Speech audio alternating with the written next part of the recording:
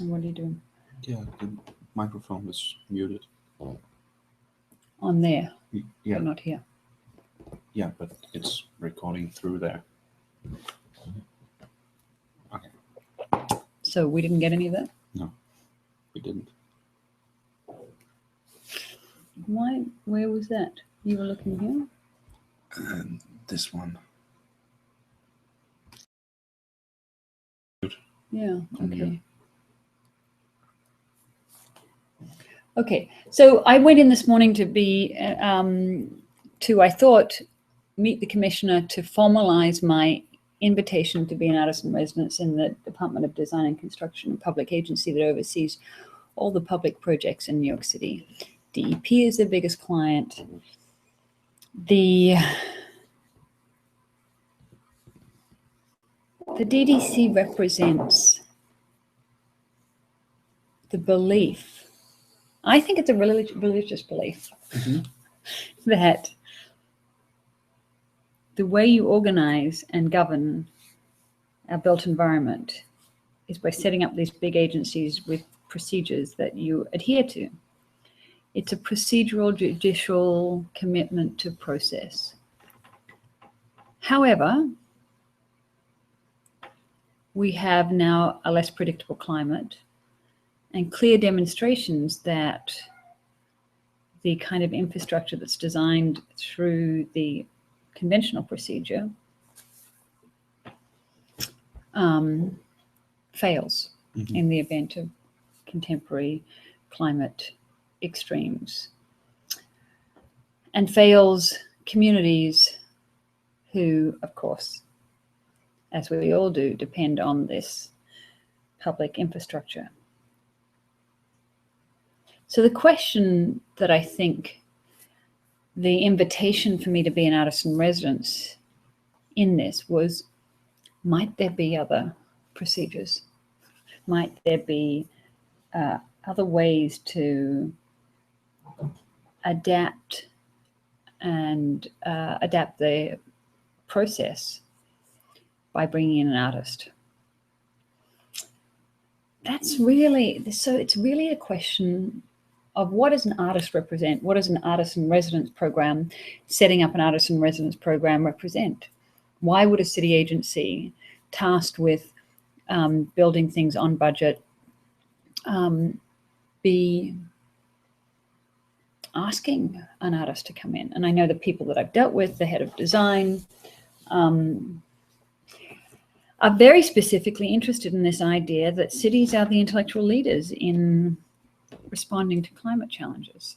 They are the ones that are building infrastructure and are changing and adapting infrastructure to address this idea.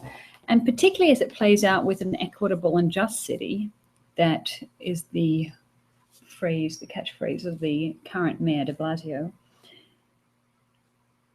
What we know with environmental justice, which should, I don't know why it's called that, it should be called environmental injustice, because the whole point of environmental injustice is that particular communities are hit harder, and those are communities at more risk with fewer resources and less catered to, which is not part of an equitable and just city. So I have always maintained, in conflict with many other socially engaged art practitioners, that environmental issues and social issues, or what I call socio-ecological systems, cannot be disentangled. They are always and already the same thing. However, what is interesting about this morning's meeting is that the commissioner's idea of bringing in an artist and the people who nominated me, who are the people involved in the artist in residence program and various, and the head of architectural design, and the head of the design excellence program, Rick Bell, and Margaret, marvelous woman, Margaret O'Donoghue Castillo. So these are the people who think that an artist can interact with the agency in such a way that it might produce some desirable effect. The commission is interested in it, clearly, but after meeting with me, he was very clear that, and I understood it, that there's not about building anything. I'm not going in there to do projects or to redesign anything. I'm there to influence the strategy, which I'm very interested in doing. I have very clear ideas about what the big ideas for infrastructure rethinking are, what they are. And you've heard me go on about them, but I do need to be clear about them. Radically transforming our energy infrastructure to distributed local power production, incorporating waste to energy systems, and understanding that waste is a resource, not a problem that needs to be handled. Reintegrating vegetation back into the urban environment.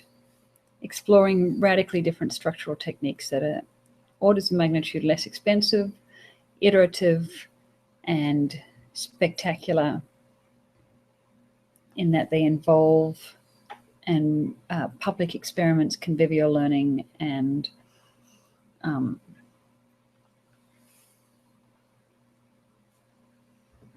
systematic, evidence-driven discussion of how to adapt existing practices. That'll do. I mean, there's a whole list of them. Right. Did I get to talk to him about these ideas? I started trying to a couple of times, but in fact, his concern is really that I understand that they have no discretionary budget. It's not about building things. And my commitment is to communicating that the best way to demonstrate new possibilities and explore new ideas is to do that not through white papers and not through presentations and not through community meetings, but actually build a pilot, build a public experiment, take bets on it.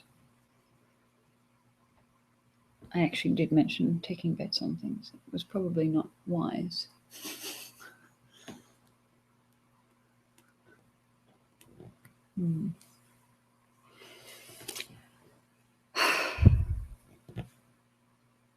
So the question, the real theoretical question is still about what my practice is, which is, what do I do? What does any one of us do?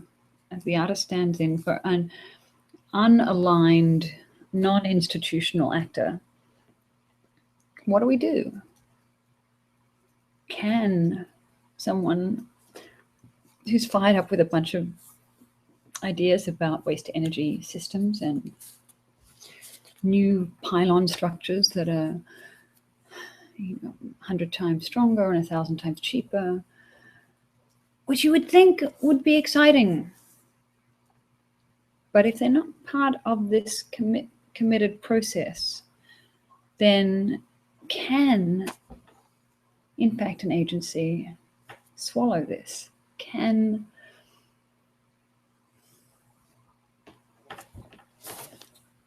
What is an artist in residence? Wouldn't it be better to be an artist not in residence, right? Actually. And then I realized that I don't need an invitation from the DDC to be an artist in residence.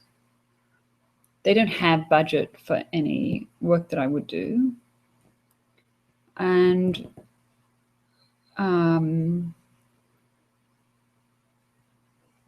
And that's not, as an artist, how I can work for the commissioner, to do only what he prescribes I can do. That's just not my role or capacity. I have independent ideas on how things, infrastructure are designed. And certainly I'd like an audience to discuss and debate what and how. I also mentioned to him the idea. I probably shouldn't have done that either. I mentioned to him Hamilton,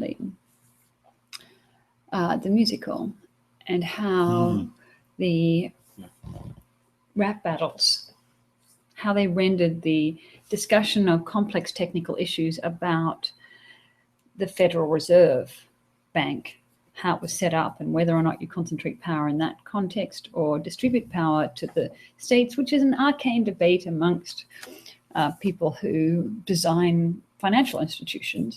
But it was rendered vivid and alive and interesting to the public on Broadway by doing it as a rap battle.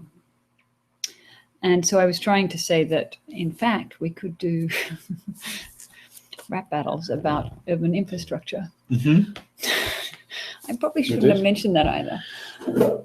Anyway, this was probably all too much. Anyway, who knows? It seems that this invitation to be an artist in residence at the DDC may or may not play out.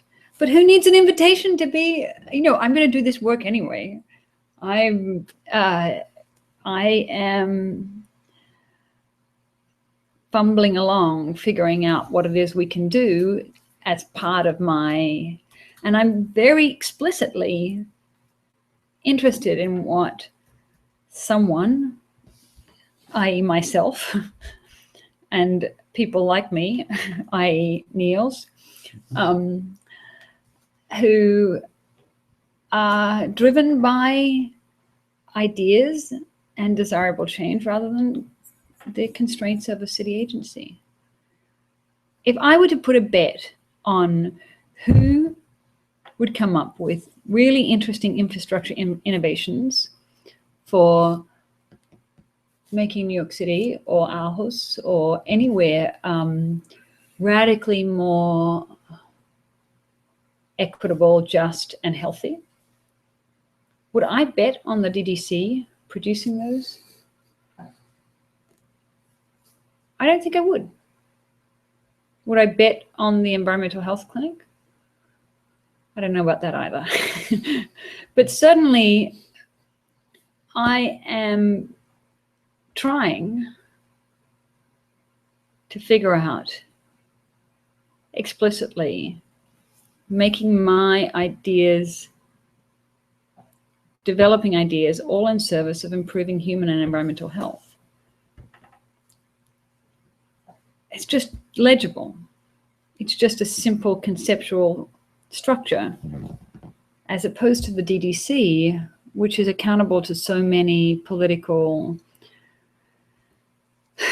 rationales, the four lenses of sustainability.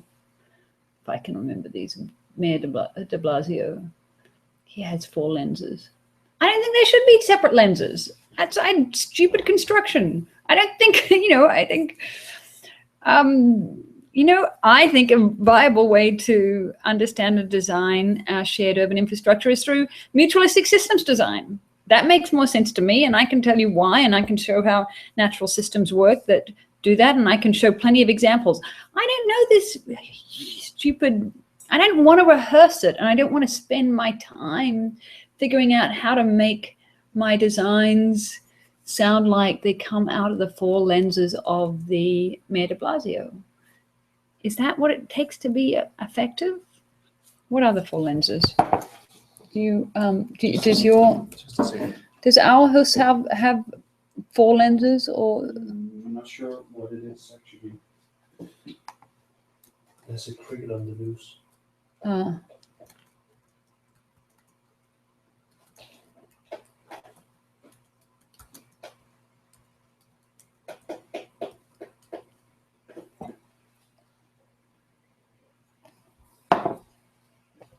Okay. A strong and just city. Strong.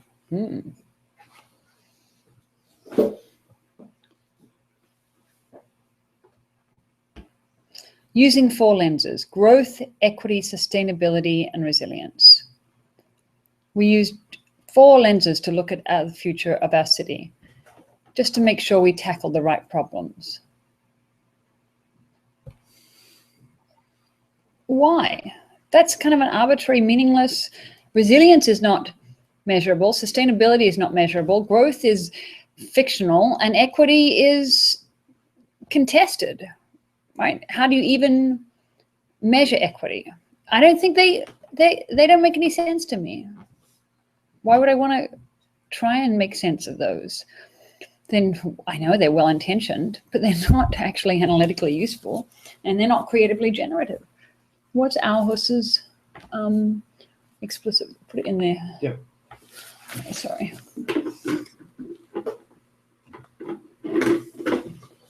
Okay, maybe I call you Commissioner. Maybe yeah, we name the frogs. Hello. Interesting.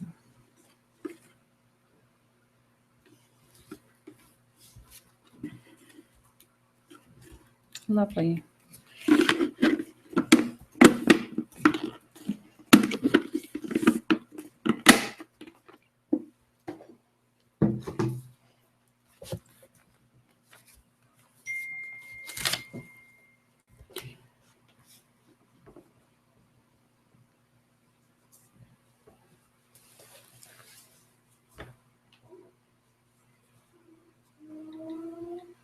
Yum.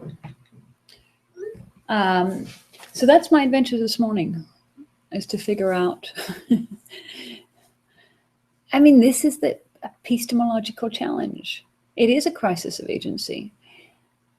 It's a crisis of city agencies and what kind of agency they have. And it's a real test of my agency.